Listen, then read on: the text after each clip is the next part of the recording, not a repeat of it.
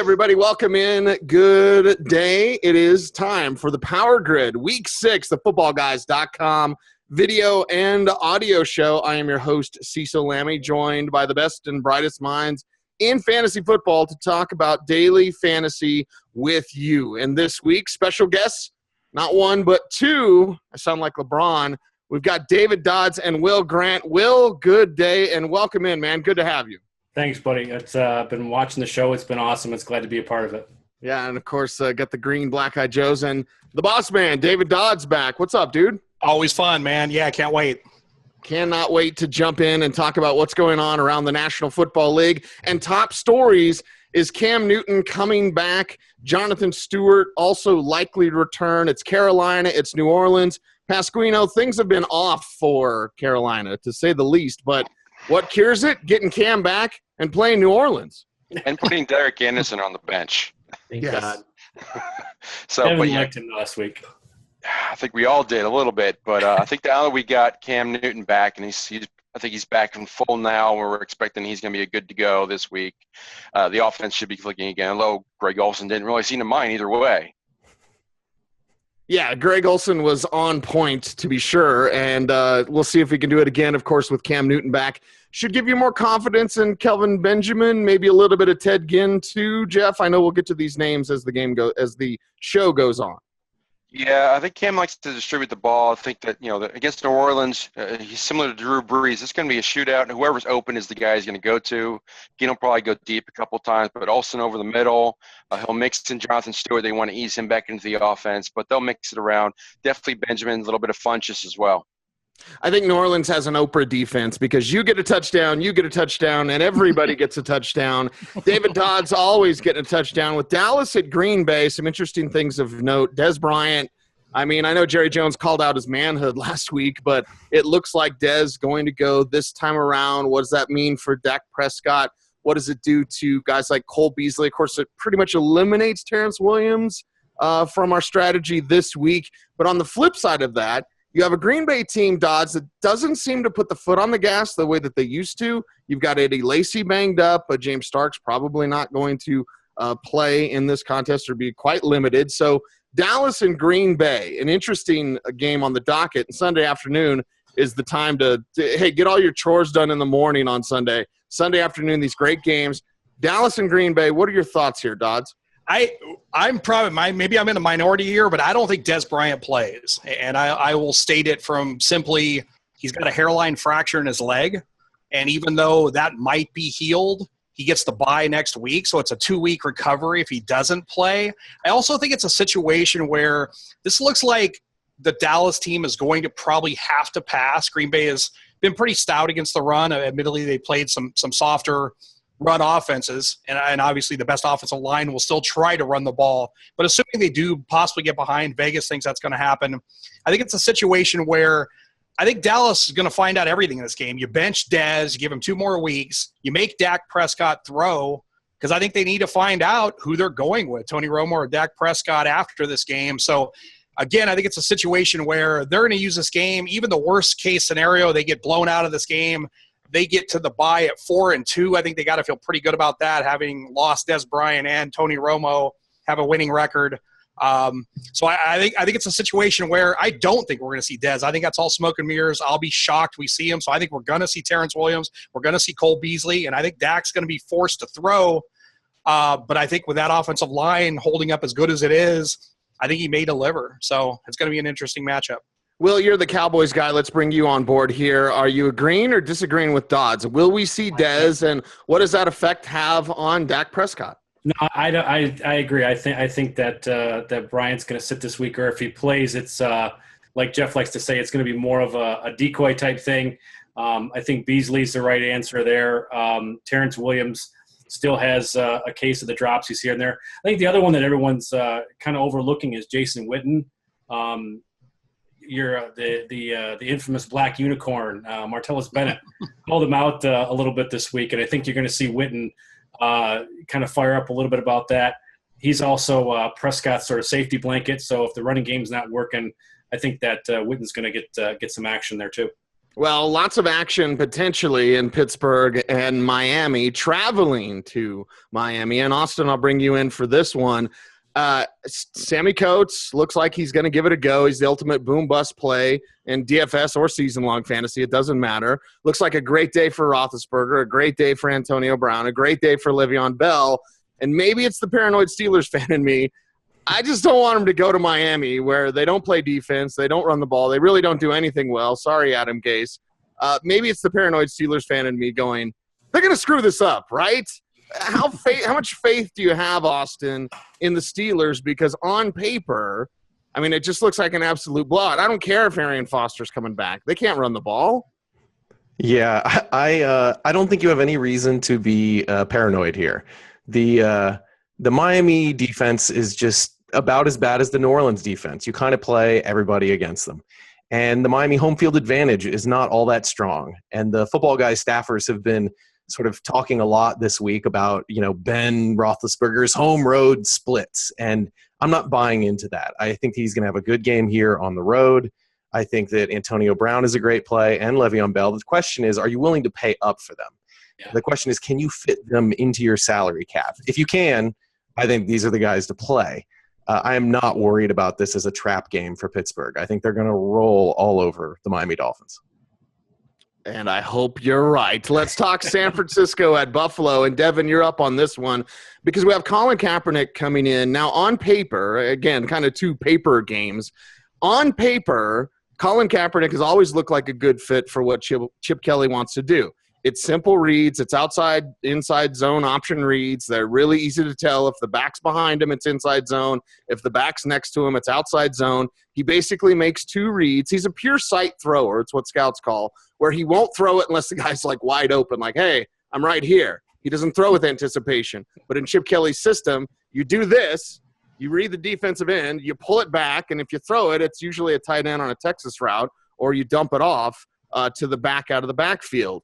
So it sounds simple. It sounds pretty cool that Colin Kaepernick would be in there. And against a Buffalo team that's been a little bit Jekyll and Hyde this year, we know it's all about LaShawn McCoy on the other side. But what are we going to get from San Francisco, and how does Buffalo respond? I mean, the question is it 2012 again with Colin Kaepernick? A 5-yard route, he may throw the ball 100 miles an hour, and it's just not catchable for the tight end. Or he may overthrow him by 10 or 15 yards. So he's really a wild card this week, and Vegas doesn't think that they're going to be scoring very many points. They're one of the lowest projected scorers, and we'll get into Vegas in a little bit. But I have a hard time trusting Kaepernick. I think, what if he struggles for the first quarter and a half? Do they go back to Blaine Gabbert? Christian Ponder, by all standards, has been the best in practice, according to some reports this week. So, and Kaepernick has, according to a report from a beat writer this week, that Kaepernick has been the third best quarterback out of the three in practice. So it's a really hard. I think it's a situation where he was willing to restructure his deal, and they're willing to throw him out there because they're struggling, and Chip Kelly doesn't really have another choice but to appease the fans that are calling for Kaepernick to start. Is there such a thing as a gamer? Now, I hate to invoke the name Timmy Tebow. But having watched Tebow out of practice, and he'd kill all the worms. Like, the worms were all dead at Dove Valley when Timmy was there because he just throws in the dirt. You turn on the game, and something happens. I don't know what. I'll give you another example if you don't want to talk about Timmy. Chad Pennington. Chad Pennington was a horrible practice quarterback, and he was pretty damn good when the lights came on. So I'm not saying Kaepernick's going to set the world on fire, but we've seen it before. This is that system. So is he a gamer in your eyes, Devin? There's a reason Tim Tebow isn't trying to make it in a major league baseball right now. If teams trusted him, I think it's a sample size issue. People pick up on the schemes. They've seen Kaepernick. I just can't trust it. Maybe in a GPP where not a lot of people are going to have him, but I think a lot of people will gravitate towards him because he is so cheap, and there is that intrigue that he could be the 2012 Kaepernick, where he was going to change the league and the read option and all of those things. But I just can't get behind him when there's enough options to differentiate myself away from him. Well, let's wrap up the top stories around the NFL. Will, back to you because you're the NFC East guy and you're the Cowboys guy. So Baltimore at the Giants. And we have a Baltimore team that has a new offensive coordinator, Marty Mornhinweg. And I had just forgotten how to spell Mornhinweg. I'm kind of mad that I have to remember how to spell it once again. And he got fired for not running the ball enough. So against the Giants, who you can pick on through the air, and it looks like Mike Wallace is going to go. Looks like Steve Smith is not going to go. What does this mean for Wallace, for West? Pasquino's smiling because we're going to talk about Dennis Pitta. Little Baltimore Giants action. How much you like this game, Will? Well, I joked a little bit earlier today that I said if I fade Dennis Pitta in all my lineups, does the world end? And Jeff said, go for it. But the reality of it is without Steve Smith, Pitta and especially Mike Wallace, who's value priced in several different formats, is really the guy who you're looking at as the answer there for Steve Smith. I don't trust their running game at all. I really don't think that there's a lot there. And on the other side of the ball, from the Giants side, I don't think their running game is going to do very much either. I think that you're going to see a lot of Beckham, and you're going to see a lot of touchdown Will Tye there to maybe get some tight end action on that side as well. Will Tye, the touchdown guy? Will Tye, the touchdown guy. Thank you, Austin. I was trying to remember that exact name, but yeah. I think that this is really going to be a passing attack from both sides, just because of the fact that both running games have a lot of question marks, and I think that again, Wallace and Pitt are probably your guys from the Baltimore side. Well, let's get into the Vegas portion of the program, and when I think of Vegas, well, I think of you, Devin. So you get to kick us off. What is Vegas telling you this week? The line that really stands out to me is the Green Bay versus the Dallas Cowboys line at 47.5 over under. It's kind of surprising to me. I was expecting it to be closer to 42 or 43. These are two of the lower, slowest paced teams in the NFL. So both teams like to run the ball. Both teams like to take the entire play clock. So for Vegas to come out and say 47.5, which puts the Packers at about 26 points. I think that they're sneaky this week. I think that a lot of people are going to gravitate away from them. They're going to gravitate towards Tom Brady. They're going to gravitate towards Russell Wilson. But I think that Rodgers is a little bit sneaky. We've seen that what he can do in a relatively, he doesn't throw the ball a lot, so he may only throw 35 times. He may throw 4 touchdowns. So I think that's probably a GPP play that Vegas is driving me towards that I otherwise would not have been on. Well, Pasquino, you're up now, and who are the plays in the biggest total game that you love, and what is Vegas telling you for Week 6? There's a lot of teams that expect to score a lot of points this week, so I think it kind of leads towards a GPP special. If you can figure out who's going to get the points, especially for these teams that are not normally at the top. You got Tennessee and Chicago in the top 10 in scoring. That's not normal. But you got a lot of points on the board there. But, New England, Seattle, Carolina, Pittsburgh, those are the teams you expect. The game I'm kind of interested in is Carolina and New Orleans. If you can figure out where the points are going to come from those games, that's where you are going to make some money. I think, do you want Greg Olsen? Do you want Jonathan Stewart? Do you want Cam? Do you want Breeze? Do you want Michael Thomas? Who do you want? That's a good game to look at. And, of course, on the other end of the spectrum, we got lots of teams that are just looking to be terrible. And we got plenty of defenses. Buffalo and Tennessee are probably jumping right out because they're playing Cleveland and San Francisco. So those are the first two things that leap out at me. Dodds, you want to make it rain with Vegas this week. Who do you like? Yeah, the most interesting one that I had was, I have a feature that is on the website each week, is called the Game Predictor, and it's essentially a simulation that I run to try to figure out pass offenses, rush offenses, touchdown scored, and actually as part of that, it generates points. And it was funny because when I ran that simulation, Kansas City was expected to beat Oakland when I ran it. But, of course, the point spread comes out. Oakland was a 2-point favorite. Well, a lot of smart money seems like it followed me, because now it's the other way. Kansas City's now a 2-point favorite. So that line has moved a full 4 points, and it seems like it's continuing to move that way. I also had it as a higher over-under. So that's a game, Kansas City-Oakland, that I think is going to be a bigger shootout than people think. It puts Kansas City players into my criteria section. So I'm excited about those players because I was already liking them, and I like the Vegas line has moved in my direction. Now, Dodds, for those that aren't familiar, and I check out your best blog ever every week, and I'm looking for the criteria players. Just quickly go over the criteria and what it takes to get that, and for you to write about on your blog. Yeah, so what we do for FanDuel pricing, we look at for quarterbacks that are going to score over 12 points, which is pretty much all the quarterbacks, running backs and receivers that'll score over 8 fantasy points, and tight ends that'll score over 7 fantasy points. And then within there, so within that subset, we want players that'll be in the top half for both ratio, and ratio is basically just, dollars per point calculation, H value, which is Dan Hendry's specific formula. It's similar to ratio, and also expected team points. So again, if your team total is only 20, those guys fall out of that list. So I'm looking for guys that meet the intersection of all 3 of those criteria. You typically end up with like 8 to 10 quarterbacks, maybe 8 to 10 running backs, say 12 receivers that fit that criteria. And then a lot of times I'll break it down a little bit further, looking for home situations, et cetera. But those essentially give you a lot of the guys that at least my analysis in the past have shown to be solid producers. Will, you're up with your Vegas thoughts for Week 6. Well, I got to say, the one that kind of surprised me from Vegas, and I talked a little about this in the roundtable, was I'm really surprised that Chicago is a 2.5-point favorite over Jacksonville. You talk about the game that they played last week, and their offense is doing really good, but for whatever reason, they just can't seem to punch it into the end zone. They turn the ball over. They get a lot of dumb penalties. I think they had 8 or 9 penalties, inside the opponent 40 last week. Connor Barth can't make a field goal. They get a penalty and they get another chance. He shanks it the other way.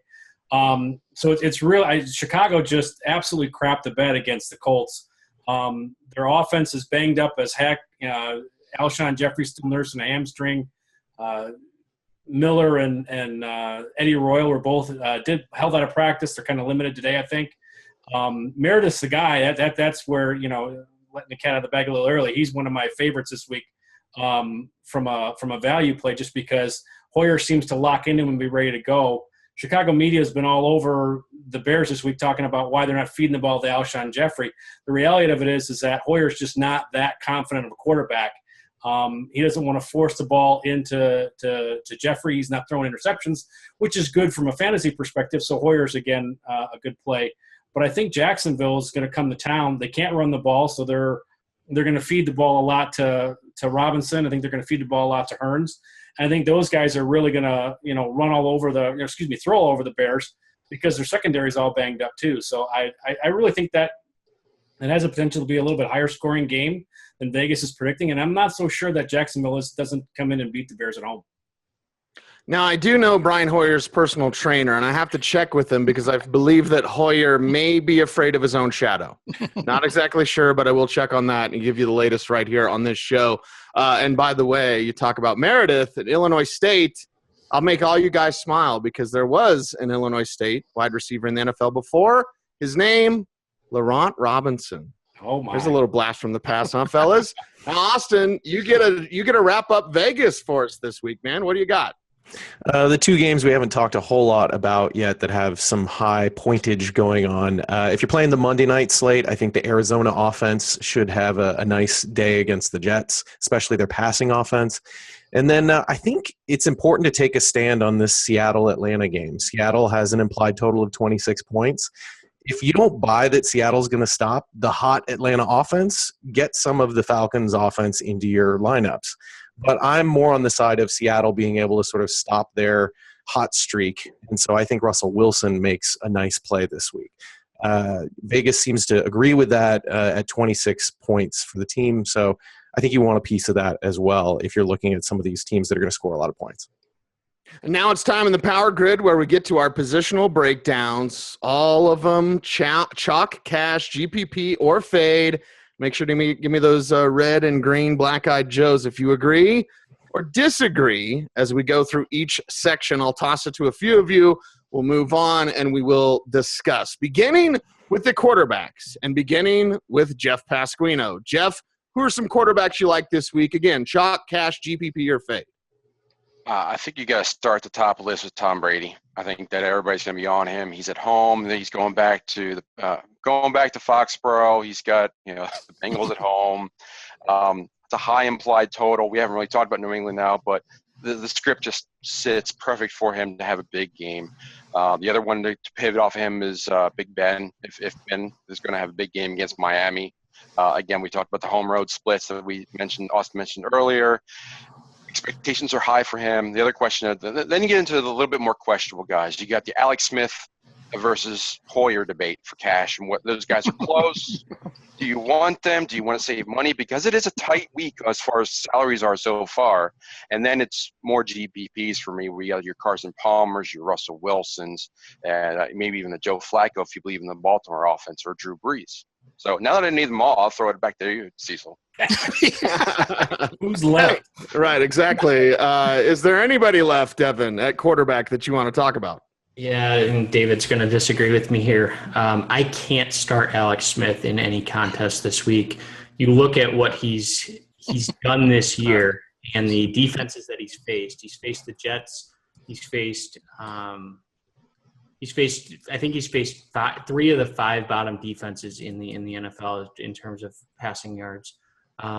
He has a good matchup, but a lot of what Alex Smith is based off of, and a lot of what his history is based off of from a fantasy perspective, is running the ball. And he only has 16 total yards in 4 games rushing the ball. So what that means is he's going to have to, if he doesn't run the ball, he's going to have to throw 300 yards. And can you really trust Alex Smith, who's faced San Diego, the Jets, and Pittsburgh, and only thrown 300 yards once and has not thrown 3 touchdowns? Can you really expect him to do that much better against an Oakland team on the road? I just can't justify playing him when you have Brian Hoyer at a similar position who's thrown 300 yards and 2 touchdowns in his last 3 games. Well, Dodds, you're up then. Disagreeing. I see the red. Yeah, I mean, I also like Brian Hoyer. That's a great matchup at home against Jacksonville. But, yeah, this Oakland defense is just giving up a whole lot of yards. Alex Smith is coming off a bye, so here's, a 2-week game plan that they have in place here. Andy Reid has shown great success. If you go back the last 4 games against Oakland, he's not scored less than like 17.5 points. I just think it's a great situation for a $6,800 salary to get him in your lineup so that you can play something like a Le'Veon Bell. And we will also have to talk about the return of Jamal Charles and how that impacts what Smith does. It's kind of interesting. I think both of those guys will see, work in this offense. But I also think it's a situation that Jamal Charles gets a lot of passing yards as well, a lot of receiving yards. So having him in the lineup, with both him, Spencer Ware, kind of floating those guys in and out, I think that's also really great for Alex Smith. So, again, the Vegas line is moving more and more and more towards Kansas City. I think we're going to see a lot more points in this game. And I think Alex Smith at 6,800 is somebody you should be considering in your cash lineups. Well, we're going to move on to the running back section. And, Austin, you get to kick us off in this segment. Any running backs that are sticking out to you for Week 6? The 2 running backs that jump out at me as strong cash game plays are DeMarco Murray versus Cleveland, as well as LaShawn McCoy versus San Francisco. These 2 guys are a little bit on the higher end of the pay scale, but if you can, find savings elsewhere, I like playing both of these guys in cash. That savings used to come as Jordan Howard. Now that price is coming up. Super quick, Austin, just because he's been on my brain. CJ Spiller as a GPP play or a punt play for Pasquino. I know he's smiling there. And as we've seen, coming out of the bye, that running backs are going to catch a lot of passes against Atlanta. Spiller's the forgotten man there. Should GPP players be thinking about him? Nope. I don't think so. No? I could be totally wrong. Not even with a touchdown in the last game. I just don't see Spiller being a huge part of this. Maybe I'm completely off here. Is it because Tyler Lockett's healthy and they'll use him more on the shorter stuff? I think it's also because Atlanta is just so terrible against the tight end. I really like this to be a big Jimmy Graham game. I think that Russell Wilson to Jimmy Graham connection is going to be big in this game. And I think the Seattle defense is going to slow them down enough that they're not going to have to, go crazy with their play counts in this game. I think Seattle's going to handle Atlanta in Seattle. Well, Will, I saw the red up there talking running backs with you now, man. Who stands out? Obviously not Spiller. No, I definitely think Spiller's not a play this week. We talked a little bit about Howard.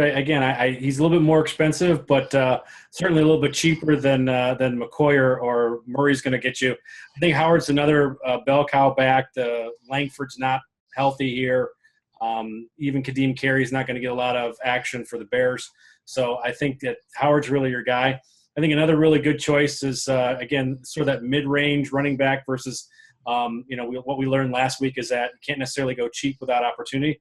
I think Lamar Miller is still way undervalued.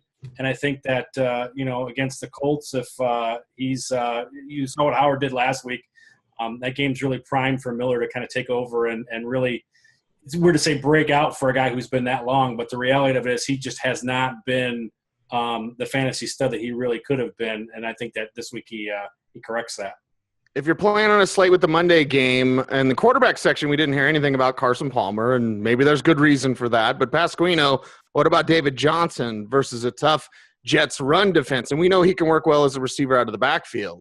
Yeah, and I like him more in full PPR sites. I think that's where I would play him more. The issue about the Monday night slate is I'm going to be writing about the Daily Grind. It's going to come out tomorrow, where Monday is the new Thursday. And it's really, you have to take a really big stand on Monday, much like you take on Thursday, because you have to target that on FanDuel and DraftKings and on a few other sites to involve that, because it's not involved in the main slate. So if you're playing those slates involving those teams, you're really targeting those players, because they're going to be teams that are playing. If somebody's putting a lineup in for that slate, they're targeting players in that game, either to fade or to involve in some way. So you have to take a stand there. That's why you're in that slate.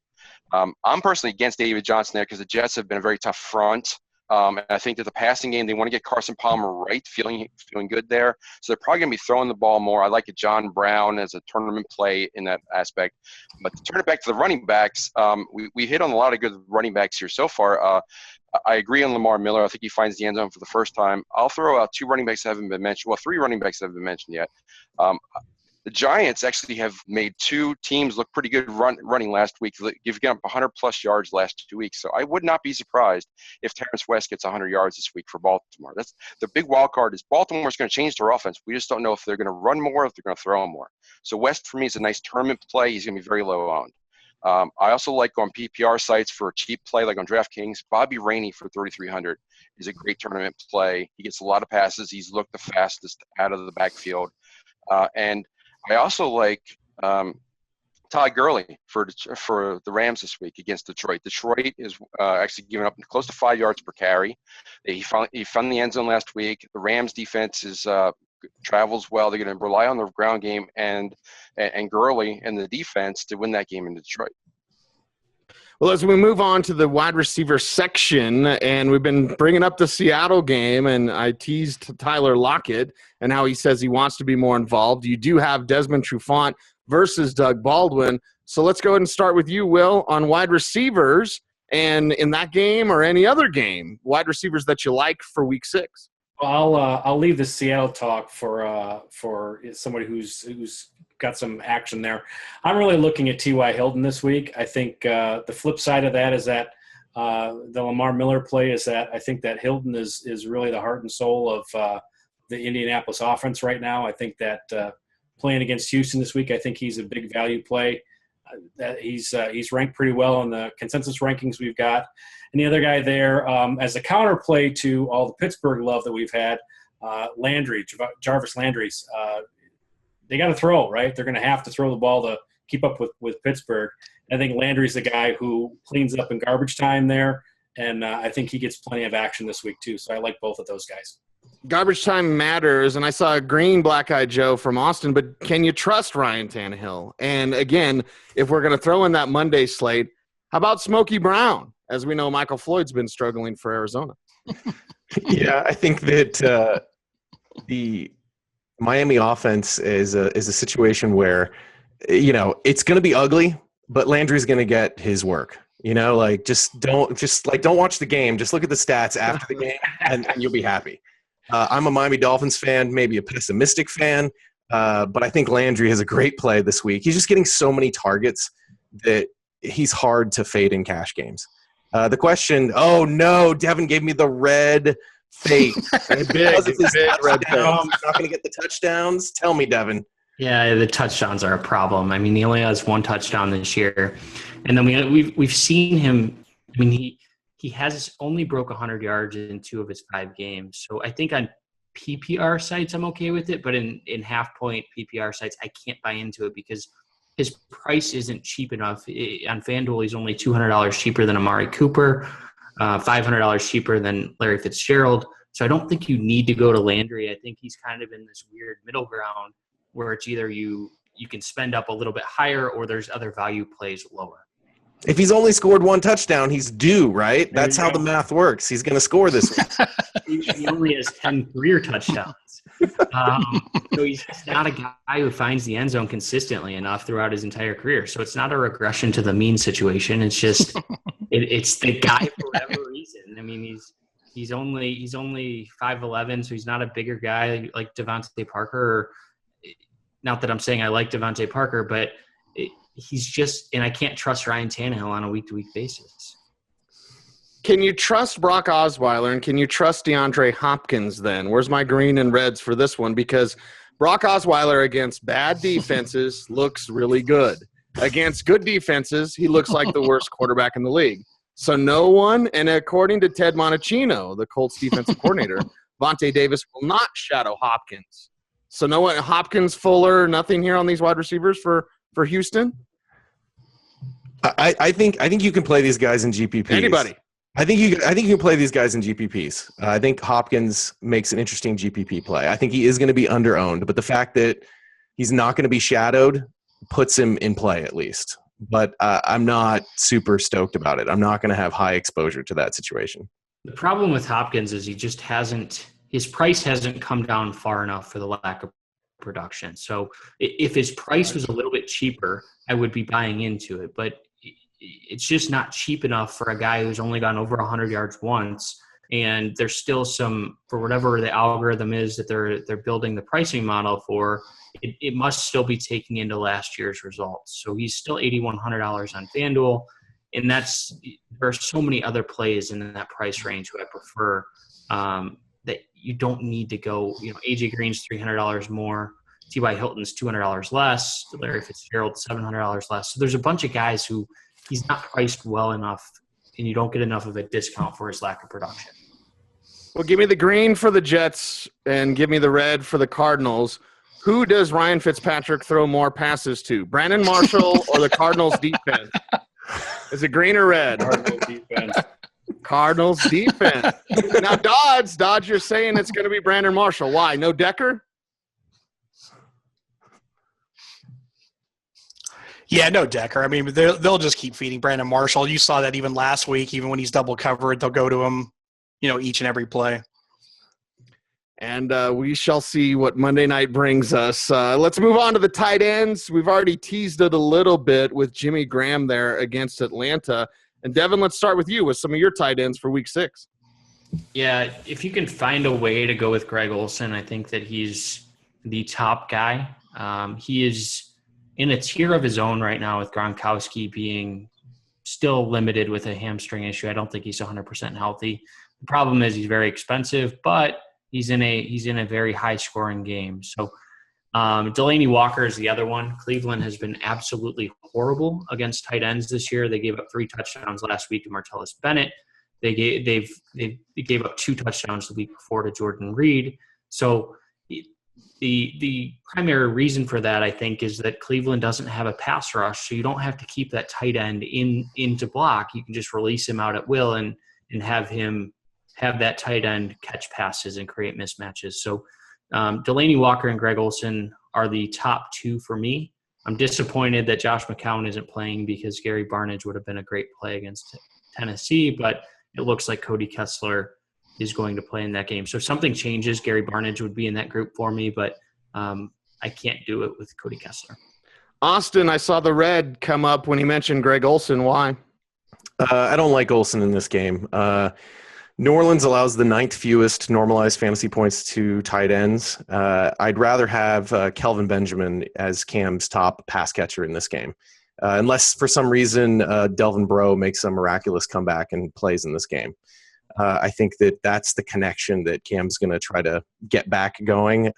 For some reason, New Orleans has been able to stop the tight end this year. I don't know why. I think it's mostly because teams just run all over them. But I don't see Olsen having a big game this week. And everything else wide open. We go back to Devin. Austin, on the flip side, though, Kobe Fleener, trustworthy against Carolina at home? Yes, I like Colby Fleener this week. Carolina allows the 8th most tight end points according to normalized stats. And so I like Kobe Fleener a lot this week, especially coming off of an extra bye week to prepare, playing at home. Carolina allowed both Atlanta tight ends to score. They allowed Vance McDonald to get a 75-yard score. Kyle Rudolph had his best game of the year against the Panthers. I just think that Fleener's in for a big day. Now, Dodds, you're high on Alex Smith this week. What does that say for Travis Kelce? Because there was an old rule in fantasy football: start your tight ends against Oakland. Yep, and if when Alex Smith has 5 touchdowns, they got to go somewhere. Right. So you just got to do the math. You got to spread those around. So yeah, big on Travis Kelce this week. It's tough because I really also love Delaney Walker. Those are the 2 tight ends I'm looking to fit in most of my lineups this week. All right, and there we have it. Tight ends are pretty much I do want to toss this out there, though. So give me a green for Gronk. Give me a red for Bennett. And are you starting both? Give me both your signs. Because fantasy owners and DFS players are like, what are we doing? Are we starting both Gronk and Bennett? All right. Looks like Bennett is the guy. Is Bennett the preferred guy except for Devin? Devin, you're going Gronk. Why Gronk over Bennett? Yeah, I think Gronk showed that he was more healthy than what we had anticipated. I don't think he's 100% yet. And I think that the Patriots have shown what they can do with Martellus Bennett. So I think that this could be a big Gronk game. Gronk still had 5 catches for 109 yards last week against the Browns. So it's not like he wasn't involved. He just wasn't involved in the red zone. I think that he gets some of those red zone looks this week as him and Brady look to connect at home. Well, you're the Cowboys guy, so let's talk about Bennett and really why you had him up over Gronk. I just think from his perspective, I think the dollar value there is just significantly cheaper than Gronk. I think Brady's proven time and again he goes to the open man, and this is we're not going to get 3 touchdowns from Bennett this week like we did last week, but I think the reason that Bennett got 3 touchdowns is because Gronk is back and people are keying on him. So I think if I'm going to, pay up for a tight end, it's not going to be Gronk. It's going to be, more in that what we talked about, that Greg Olsen type of thing. I think that Bennett's price is just a lot cheaper, and he has a better chance of performing well and exceeding value that way. Defenses and kicker, the segment always starts with Jeff Pasquino because he wants to talk about both. JP, what's up? Well, I think defenses is pretty easy this week. It's either Buffalo or Tennessee. Those are the 2 defenses that I'm looking at. If you want to pivot there, if you're going – we haven't mentioned Tavon Austin very much yet, but if you're going with Tavon Austin as a GPP flyer, pairing him with the Rams defense because you can get that kick return bonus, that's a good stack. I think the alternate stacks is really where I'm looking when we get to stacks in a minute. But for kickers, I'm looking cheap because every dollar matters this week. It's very tight. That's why I'm not going big on tight ends. I'm looking for your $4,500, $4,600 kickers on FanDuel. So I know that someone mentioned Catanzaro is not a good play. I like him this week. I'm not sure why that is, but Novak is good. I think that Connor Barth looks pretty good too as a cheap option, but if you're keeping it, I think Mason Crosby's cheap too. So those are the guys I'm really looking at for kickers. Will is booing you about your kicker talk. Will, why? Connor Barth is not a good option. Yeah, he's cheap. Yeah, there's just he's just terrible. I mean, the Bears are happy that they cut Robbie Gould because he saved them cash, and I think at this point they're looking to hire anybody off the street who knows how to kick the ball. He's missed an extra point. He's missed too many field goals. He missed a 49-yarder. They got a running into the kicker penalty, moved him 5 yards closer, and he shanked it the other way last week. He's just not somebody you can count on. He misses too often, even in in a reasonable piece and even at a cheap price. I just don't think he's a guy that you're going to want to go with. I'll give you one more kicker, which is Greg Zerline. He's kicking indoors, $4,500. A good chance for a 50-yard field goal. I think the Rams can be a low-scoring game. Zerline is not going to be well-owned either. I think that's probably a good option as well. Dodge, you had full coverage on Mason Crosby last week, I believe, if I'm not mistaken. Is there any kicker you like this week? Yeah, 100% this week as well. It's going to be Nick Novak. The team is the Indianapolis Colts are allowing 3.2 field goal attempts per game. That's the only there's three basic players, Chris Boswell, Nick Novak, and Justin Tucker all get that 3 attempts per defense, but the only one of those is at home. That's Nick Novak. He happens to be min-priced on FanDuel at $4,500. Don't overthink it. Plug him in. Use that extra value elsewhere in your lineup. Does anyone else have any defenses other than the ones Pasquino brought up, specifically Buffalo, Tennessee? I'm going to go with Arizona, just because we mentioned Ryan Fitzpatrick and his struggles. Going back to the kicker talk, Will Lutz is the guy that I'm targeting. It's the highest projected game, and then Carolina has a pretty good run defense, even though that their pass defense is a little suspect. So I think that they may hold New Orleans to a few field goals. I'm just hoping that Cairo Santos doesn't chase down Sebastian Janikowski like he wants to take a selfie with him after the game. Let's move on. That's why I hate kickers. I hate them. But I'll just plug in Nick Novak. Make it simple, right, Dodds? Let's talk about stacks this week and flip it around. Dodds, we'll start with you. Who are some stacks this week that you like to look at? Well, in GPP, a lot of what you're trying to do is deviate immensely from the crowd. I think everybody's going to be on LaShawn McCoy in their cash games. And I get it. I will as well. Most people will be playing Buffalo defense. I actually think Tyrod Taylor, who's essentially min-priced, makes for an exciting kind of option. Now, he doesn't have good receivers. And I know Robert Woods has a really tough draw, so you're probably even looking away from that. But maybe something like Charles Clay, so just something really out of the blue where you've got a Tyrod Taylor, Charles Clay, way out in left field, but again, going to be 1% owned. Somebody's going to get those points in Buffalo. If it's not LaShawn McCoy, that's a great way to completely differentiate yourself from literally half the field in a GPP. Yeah, and we're seeing 2 tight ends emerge recently. Clay is one of them. CJ Fedorowicz is the other one. So, Austin, stacks for you in week 6. This is an interesting week because there's like 6 teams favored by a touchdown or more. So I think a lot of people are going to be stacking the games with the heavy favorites. Maybe because there's so many of those kind of games with high implied totals, you can get away with stacking a little bit more common stack that you wouldn't be able to get away with on other weeks. And that way you can, differentiate your lineup a little bit somewhere else. So I'd be looking at things like Russell Wilson and Jimmy Graham. I think that's going to be a popular one. But like I said, I think there's going to be other people that go to like a Tom Brady stack or one of these other higher point total teams to spread the ownership out enough that you can get away with doing something like a Wilson, Jimmy Graham stack. So strategy-wise, I think that there's some flexibility this week. Will, you're up with your stacks for week 6. Well, I'll leave it to Devin to go into detail of it. He talked a little bit earlier this week about a potential stack with Murray and Walker on Tennessee. I like that one.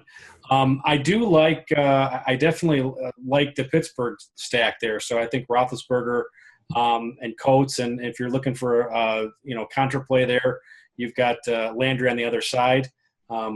Antonio Brown, he's makes sense to me. It's just that price tag is really expensive, and so to stack him with Roethlisberger really limits you and where you're going to go.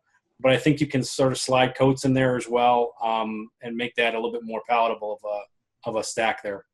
Well, Devin, he brought you up, so You're next. Stacks for week 6. Yeah, it's something that I've never done, so I'm a little bit scared of it. But I think it's the projections are telling me it's a good idea. The Vegas is telling me it's a good idea. Stacking a running back and a tight end. So the Browns have been one of the worst teams against the tight end. And they're big underdogs, which typically sets up for a nice running back game. The reason that I came up with it is that for the Walker Murray stack is you look back to the Washington Redskins game where Matt Jones had 120 yards and a touchdown, and Jordan Reed had 75 yards and 2 touchdowns. So if the game script holds true, Tennessee will get up early, then they will hand the ball off the rest of the game. So if Walker can catch those touchdowns early, then Murray in the second half will get the yardage. The other stack that I like this week is Carson Palmer and Larry Fitzgerald. The Jets have one of the worst pass defenses in the NFL, and we've seen what receivers can do to that Jets defense. So that is one that I'm targeting. I don't think it will be as popular as the Brady Gronk or the Brady Bennett or Cam in one of his receivers or Greg Olsen. So I think that going with Carson Palmer, who's typically, and whether it's because he hasn't been as good this year or because he's not as flashy as some of the other guys, is typically under-owned compared to some of the main quarterbacks. And Jeff, you got to wrap us up with your stacks this week. We missing anybody here?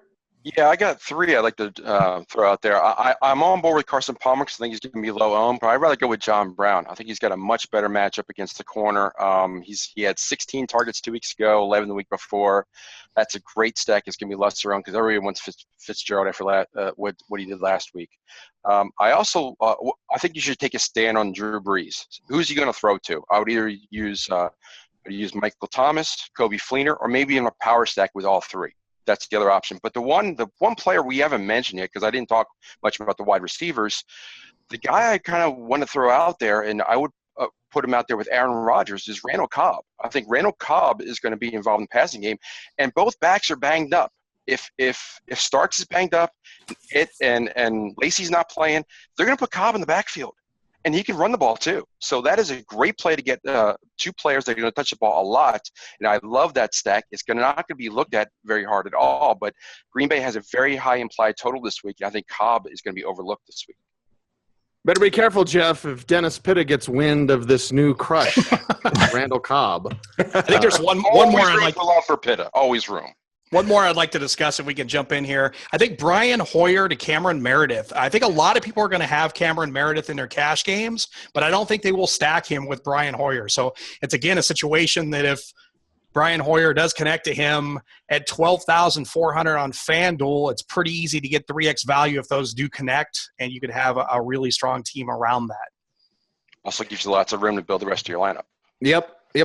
Look to build the rest of your lineup with parting thoughts as the bits of advice that we maybe didn't get through this hour show. And let's just run this thing around like a round table, baby, and anyone just jump in. If you have parting thoughts for tonight's program and entering week 6, then what are they? I'll start. So the biggest thing for me is we're 5 weeks into the season. So people have a tendency to start looking at the overall stats and overall passing yards allowed, overall rushing yards allowed. Make sure that when you look at those numbers that you're looking at who the opponents they've played are. So you look at Oakland and their passing defense has been horrible. They've played the Saints, Falcons, and Chargers. So their numbers are going to normalize a little bit. So make sure that before you look at just starting whoever the defense is that has, or whichever opponent has the best matchup, make sure that matchup is telling the true story. Dodds season-long data or last 3 weeks data? Which do you look at more? Last 3 weeks. It's pretty funny. I mean, I'm pretty plugged into both, but once I start actually seeing data and like I said, I look a little bit deeper than just actually the stats. I mean, I like to look at the targets. I look at the snap counts and really just even the formations. I mean, a lot of us have game rewind and are watching, every single minute of every game. So I don't know. I like to see what's on the field. And I'll tell you the one thing that I saw last week was Atlanta's offensive line just absolutely stand tall to the Denver pass rush. So everybody counting them out against Seattle, I don't know. I mean, this will be the week. I mean, if they can stand tall against Seattle, I think we have to really mark that Atlanta is a true offense this year. And not just, they played certain opponents and made that happen, but it looks like that offensive line, Matt Ryan has all day to throw, and he looks to be pinpoint accurate right now in his delivery. Now, I'm avoiding him this week against Seattle. It's more of a wait and see, but I think that's a situation that's developing. And again, I think for me, I like to look at what's happening now because I think, again, the NFL changes really, really fast. Alshon Jeffrey was a star, and I know he's hobbled, but he looks awful out there. So, again, what's it showing me now? That's how I like to gauge things. What's Joe say all the time? Things change pretty quickly around here, right, Pasquino? Yeah. Absolutely. And to building on both those points, I think there's two games I'm really looking at for more telltale results this week. We've got the Seattle-Atlanta game.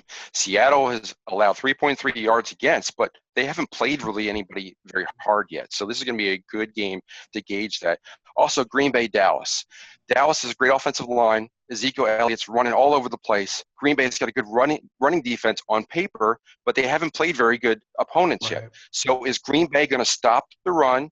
But I think Dallas is going to try and establish the run, and they're probably going to have Dez on there as a decoy if he even plays. I think that would be smart for him to dress and be a decoy to try and get an extra man out of the box because they're going to want to run Elliott. But we're really going to see who the stronger team is on both those matchups, and that way we'll know a little bit more going forward. But those are the games I would avoid too much in cash because we just don't know who's the stronger force right now. I can't believe Pasquino didn't sneak a punt play in on final thoughts. Will, you've watched the show. Now you've joined the show. What are your final thoughts? I'm going to take a little curveball here, and I've been pimping him in a couple other places this week, and but he deserves a lot more credit than he's been getting for it. Ryan Hester does an article called Trend Spotting, and it's more of a DraftKings focus. It's under our DraftKings piece, but there's a lot of general football information in there. He does some really good stuff about funnel defenses, where it's funneling a particular offense toward the run or to the pass. He does a piece in there called Targets Leads to Touchdowns, where he's calling out guys that have a lot of targets and are a big portion of their offense, but just haven't scored the touchdowns yet. And there's just some absolute gold mine type things in there. His first three guys on his list for Trend Spotting last week, the touchdowns piece was ODB. It was Amari Cooper, probably. Yeah, Amari Cooper was another one. And the week before he had Steve Smith, where Steve Smith went off and got a couple touchdowns. It's just a gold mine. If you're not reading that, again, it's got a DraftKings focus, but there's so much general football knowledge in there. You can apply that to any website, and it's just really, really a lot of valuable information. Austin, take us home with final thoughts. There were a few fades that I wanted to mention that I didn't get a chance to bring up. If you're playing the Monday night slate, I would stay away from Brandon Marshall going up against Patrick Peterson. He's not a guy that I want this week. We touched on it briefly, but I'm also fading the top receivers in that Seattle-Atlanta matchup. I think they both get tough cornerback matchups with Desmond Trufant probably covering a lot of Doug Baldwin. And it sounds like Richard Sherman is going to shadow Julio Jones. Now, Sherman doesn't usually shadow guys, so it's not a complete shutdown here, but I think it's going to be low enough that you're not going to want to pay up for Julio this week. So I would go looking elsewhere in those offenses if you're going to play that game. And that is a wrap for Week 6 Power Grid here. It is footballguys.com. The great David Dodds, fantastic Devin Knotts, the stupendous Will Grant, the amazing Jeff Pasquino, and the irreplaceable Austin Lee. How about that? Somebody like Spider-Man. That's me. I'm Cecil Lammy, your host, saying thanks for watching and listening. Stay tuned, and as always, stay frosty.